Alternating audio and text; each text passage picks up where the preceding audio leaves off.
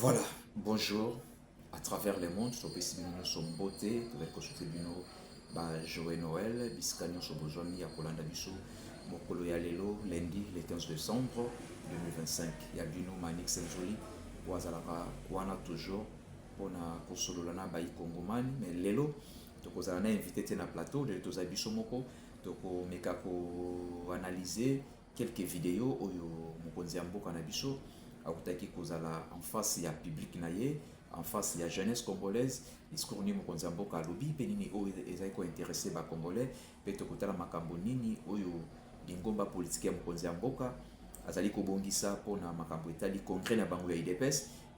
congrès ya IDPS, to kotala pe tozana discours mosusu o bande ko mosusu ba koloba. Pourquoi Mokonziambo ka a pesa ki sous mama souminwa premier ministre Mboka na biso. Deuxième chance, il y a diriger ce gouvernement et ça est un peu vraiment clarté na ba jeune mosusu oyo bazala ki d'accordé na komona mama Judith Suminwa kozonga lisusu na tête ya gouvernement ya Mboka na biso lokola ndeko job molakisi moko ya ba jeune ya IDPS oyo alekaki na itandoike epa ya kulutu na biso Paul Tosua asalaki émission ya kolakisa mécontentement na ye à travers ya premier ministre ya Mboka na biso. Pourquoi Mokonziambo Kapona qui sous choix pour Jean J'ai dit Souminwa, tu connais la vidéo là, bon mais kako réfléchir ensemble na vidéo. Est-ce que ndeko job molakisa ça a raison? Il y a ko le baké Mokonziambo ko choix salaki kozongi sa maman J'ai dit Souminwa na deuxième mandat sous comme premier ministre, ils a dit vraiment échec parce que jusqu'à présent gouvernement congolais travaille comme si que tous un gouvernement tous vivre le col là tous un ba dirigeantes ou la capacité il y a pour faire voir que Congo est un pays démocratique. Tout dans la vidéo, bon tous on va s'y commenter après. Touré chef, l'ikitawano ban touré chef, voire même dans quatre cabinet, voire même dans bateau chef a gopé sa nomination. On va répondre par rapport à desiderata, soit il y a ko subvenir na ba préoccupation il y a population. Et donc ça passe ces années. Tout le monde mikolo makambo ute ko le kaba réalité belé. Tout le monde makambo eleki makambo ya gouvernement. Peuple azelaki na kata ndako. Alobi ete mikolo oyo toko zela sorti ya gouvernement. Parce que tozaki déjà na souminwa 1. Tozaki na maman, tobi kelem sous ko ça m'appelle changement mo pour na ko pesa peuple solution. Mais tout le monde tata mokonzi ya ekolo azongisi maman. Bon, ngana mi tuna ki ba question. Bazongisi maman. Pour na ko subvenir na problème ya population ou bien bazongi si maman pour na kola ki sabiso que maman a travaillé ki malam parce que soki to kei na par rapport ya bilan ya maman so to kei par rapport ya bilan ya maman boko remarquer na ngai que maman na première phase na ye a travaillé déjà mabe par rapport ya ba réalité ya ba occupation o mboka za na ngoposa soit ba besoin. Mais boni ondimi ozongi sa maman. Et puis na moment nini, na moment où étape ya mboka période to ko kenango eza vraiment crucial. To moni maman zongi. Bon, na place ya maman totali bon, lokola maman ko zonga, c'est que motopewa ko zana simana ye, ko sunga maman par rapport à ba réforme, par rapport à ba initiative, mais tozeli to monite. To lo mwana likambo ya maman. On a un problème où ils aiment casser au togo le belalikambouya agression rwandaise. Il y a un moment où on tout le belami mamba parti politique tout le belami mamba mboka photo sunga mokonza mboka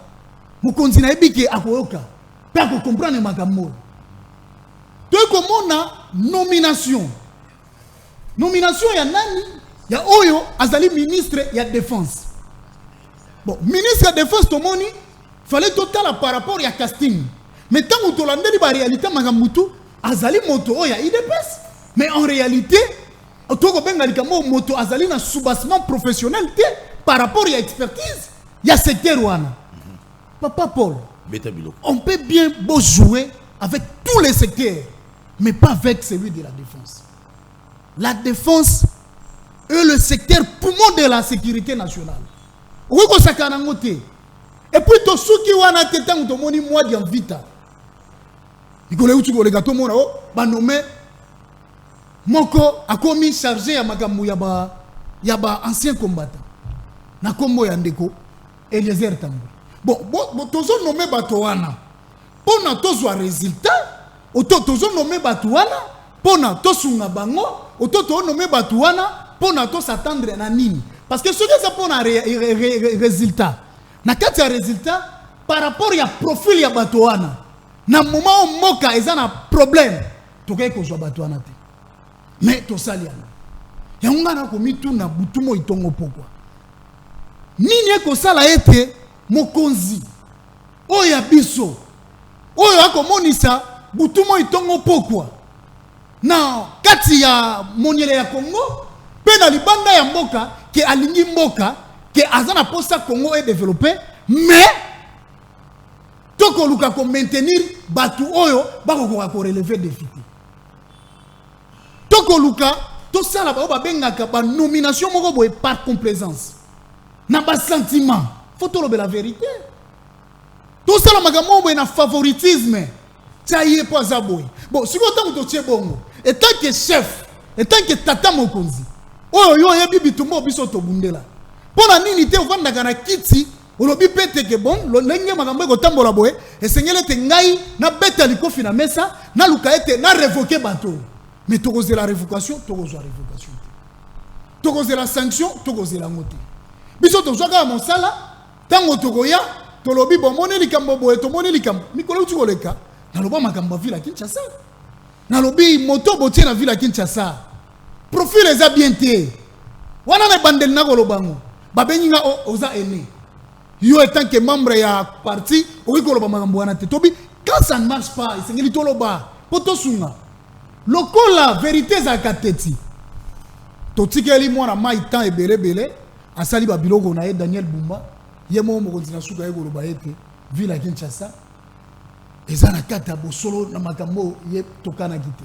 bon pona ni toko lukaka au lieu to salaka to zala batu ya ba action mais biso to yakaka mingi na ba réaction ça c'est un défaut au lieu de la mutu ya action mais place action to ko sala action te biso to ya na réaction bon si ko tangu to leli ponga na ko ikole. Voilà, merci beaucoup. Merci beaucoup l'équipe technique au bas télévision vidéo pour la dire comment Ndeko Job a lobby. Est-ce que Ndeko Job a raison ou Ndeko Job a tort? Est-ce que autres vivre l'élan en réalité na makambo etali sécurité ya mboka na biso social ya bayi Congo man ba makambo etali environnement ya Congo makambo etali ezali mo mingi oyo ezali ko concerner via ba congolais insécurité za kana l'est de ya république te insécurité na mboka na biso eza partout surtout comme on a une grande ville des ezali ko kende ko est-ce que réellement la première ministre comme Mama Jiti Soumino Azakolobani par rapport au gouvernement chargé de Zanango tant que première ministre en Bokanabiso. Tout le monde a dit dernièrement, ou vivre au Taïkokoya, ministre de la Défense, silence radio, tout le monde a dit MP, ministre de la Communication, alors que le Lengeni Yakoya, peut ça communiquer, mais ils ont tenir kakati parce que les Congolais ont poussé à espoir. Comme si le gouvernement Nabiso, comment il communiquer à travers la situation de l'Union congolaise pour vivre l'élo. Tout ça, avec l'émission récemment, c'est ça qui est un peu habitué. Vous êtes obligé de couper sa population, information qui non, station tout ça pour le moment, mais on a payé jusqu'à présent information et puis ça m'a quitté. Ministre des Affaires sociales, ils ont payé entité, ils ont obligé à couper ça Congoman. Dans la station où il toujours vivre dans Bokanabiso, concernant telle ville, concernant telle province, concernant ça. Et ça vraiment important parce que la population a droit à l'information à tout moment en temps réel. Est-ce que d'autres entités à Bokanabiso, responsables, est-ce que vous communiquer vraiment la population? Est-ce que la population a des informations en temps réel? Vraiment, ils allaient là que ça congolais. Tout ça n'a pas posé à jeunesse yaboye. Le coup la bande de Job mola kisi oyo aza moko ya IDPS aza moko ya union sacrée mettons que aza d'accord te na makambo au Italie gouvernement au Italie les meilleurs ya maman première ministre ya mboka na biso avalé la face à lobby concernant où ils ont dérangé où ils allaient opinion naie parce qu'il y a libre ya koloba mais ils ont pour ça la mabe soki moto moko alobi o ezali vérité za kokoma problème. Pourquoi ça comme un problème? Parce que tout ça on est là toujours en derrière bateau au lieu tous à la fanatique il y a république to défendre ba intérêt il y a l'état parce que lobby tous à la l'état ou azali responsable l'état a fort il y a ko sécuriser voilà to pesi bino moto vous allez partager émission vous allez ko aimer vous allez communiquer tout ça la biso bien to kota la mokonzi mboka na biso Félix Antoine Tshisekedi Tshilombo Fachi Beto mokonzi mboka na biso azalaki face à jeunesse congolaise na stade de Raphaël mokonzi mboka solo la ki na ba jeune mokonzi mboka alobaki est-ce que réellement attente wana est-ce que jeunesse congolaise ayambi message wana ndenge nini to mekana ko balancer message ya mokonzi mboka ou alobaki concernant jeunesse to ko balancer sur vidéo mokonzi mboka alobaki concernant armée est-ce que tant que Yemoko azali commandant suprême de notre armée congolaise.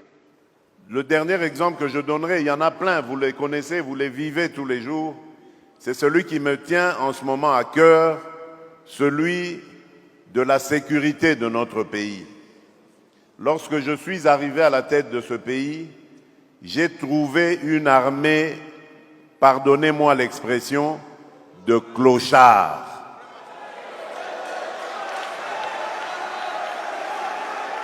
Est-ce que mokonzi mboka alobi esali ndenge nini na mato ya ba ikongomani na mato ya ba oyo bazali na bandeko na bango basoda na ba oyo ba parents na bango bazali basoda na oyo nyonso mokonzi mboka alobi est-ce que lelo congolais ou ces jeunes congolaises aska kozala na esengo ya koambrat ya kokota na kati ya armée tolanda vidéo wana bongo tokozonga na sima. Les premiers à la détruire, c'est d'abord nous-mêmes les Congolais. Je ne vais pas vous dire ce qu'on fait, mais il suffit de circuler dans les rues de Kinshasa pour comprendre comment nous ne prenons pas soin de ce bien commun qu'est notre ville de Kinshasa. Moi qui suis un ancien, je peux vous dire que j'ai vécu l'époque où on surnommait encore notre ville Kinshasa la Belle. Et toute l'Afrique était d'accord avec ce surnom, Kinshasa la Belle. Cette ville attirait beaucoup d'étrangers. Autre exemple du manque de patriotisme, la corruption. Ce sont les Congolais eux-mêmes qui détruisent les efforts qui sont fournis pour rassembler, mobiliser davantage de recettes et construire ce pays. Vous trouverez la corruption dans tous les secteurs de la vie nationale. Or, la corruption est un cancer. Quand vous détournez de l'argent, par exemple, destiné à l'éducation des enfants, mais vous tuez l'avenir de ce pays. Quand vous détournez de l'argent destiné aux soins de santé des individus, mais vous mettez en péril tout un peuple qui peut, pour construire son pays, qui a besoin d'être en bonne santé. Et c'est ça, ce manque de patriotisme que nous avons. Et le dernier exemple que je donnerai, il y en a plein, vous les connaissez, vous les vivez tous les jours, c'est celui qui me tient en ce moment à cœur, celui de la sécurité de notre pays. Lorsque je suis arrivé à la tête de ce pays, j'ai trouvé une armée, pardonnez-moi l'expression, de clochards.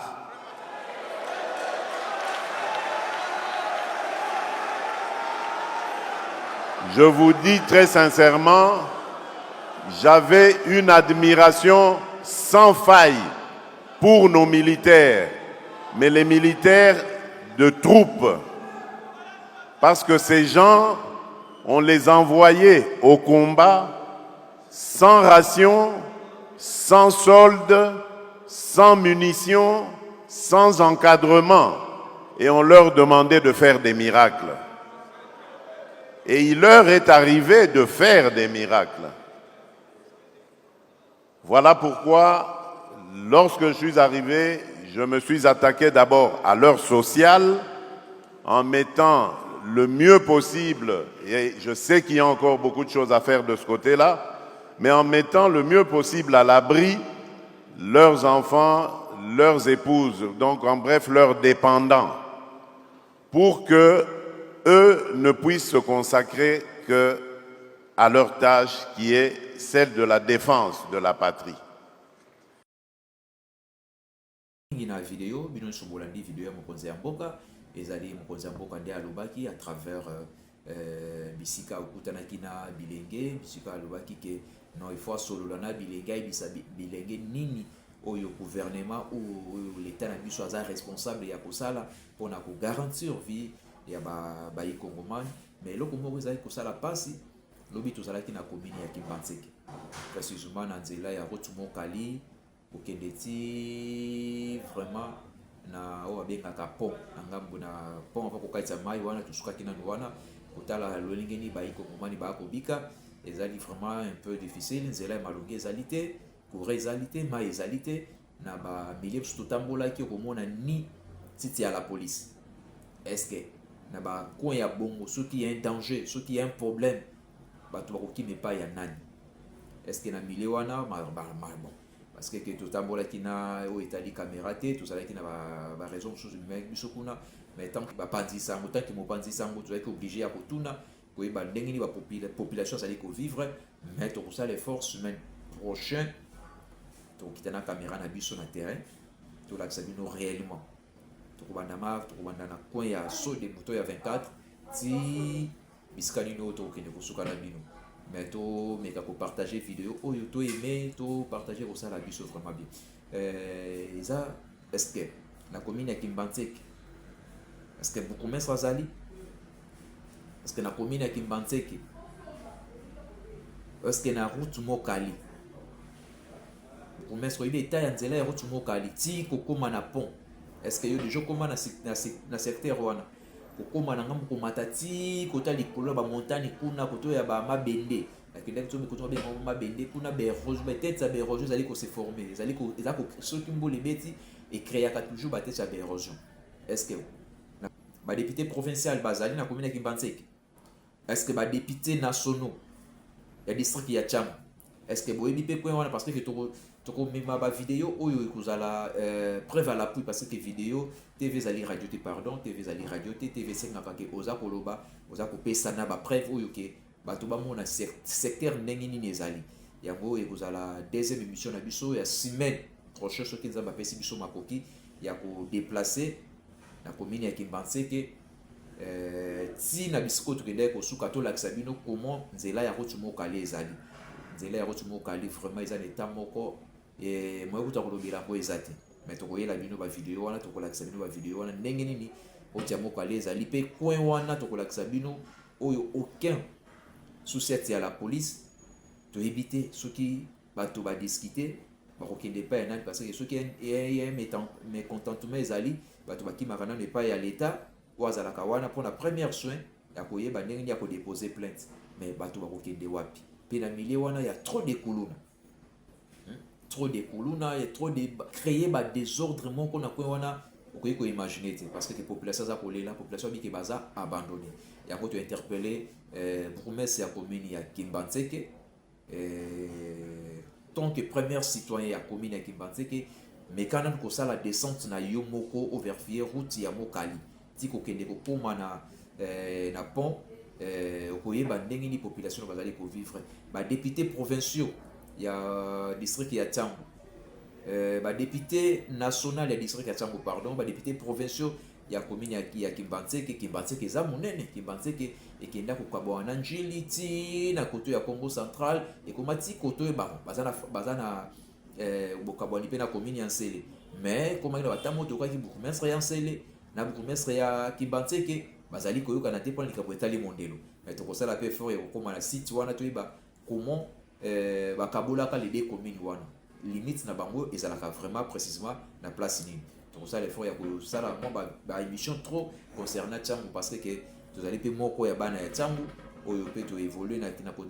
district ya Tchangu, to koli pe na Tchangu, to tangi pe mwandambo na district ya Tchangu, to pesi bana Tchangu nyonso mbote na Kikole, bana ya Makanza Kikole 1 to pesi bino mbote, bana Maluku, bana ya Njil, bana ya partout parce que j'ai même des collègues oyo to tangi na bango ensemble, so vandaki na Njil, ba mususu na Masina, partout. Et on te pesi bino mbote oyo so moko occasion ya kolanda émission na biso ya mokolo ya lelo. Vraiment merci soki kolonzamba azongi te kaka ndenge tolobaka tokota na lisusu mpona koréfléchir makambo etali Congo. Mais congrès ya IDPS tokozwa ndeko Job molakisi soki nzambe apermettre na mikolo misato tokoki koyawa tokoinvite ye tosolola makambo etali congrès tobeta masolo etali la première ministre ya mboka na biso mama Judith Suminwa otopesi na baservice na ye tumbote so bakozwa occasion ya kolanda émission mpe na video ndeko Job molakisi otaki koloba nyonso ya biso tolobi yango toujours na conditionnel parce que avec un guillemets parce que toujours confirmé te mais toujours poser ma question par rapport à la citation nini oyo bakongomani bako vivre nango est-ce que réellement est vrai pour vivre na ba condition oyo kozanga bokengi kozanga mai kozanga courant vile kinsa koloba te parce que mokonzi ya mboka ye moka ote koloba dernièrement wana discours na ye ya nation face ya population toujours alobaki vraiment ezali pasi Kinshasa bango bakolaka na yango bango babengaka kin label ok pour ba pays nyonso bazalaki d'accord ya ko respecter slogan wana ya kin label mais lelo ezali so kin label tout bango bakolaka na yango. Est-ce que mokonzi mboka aza na raison?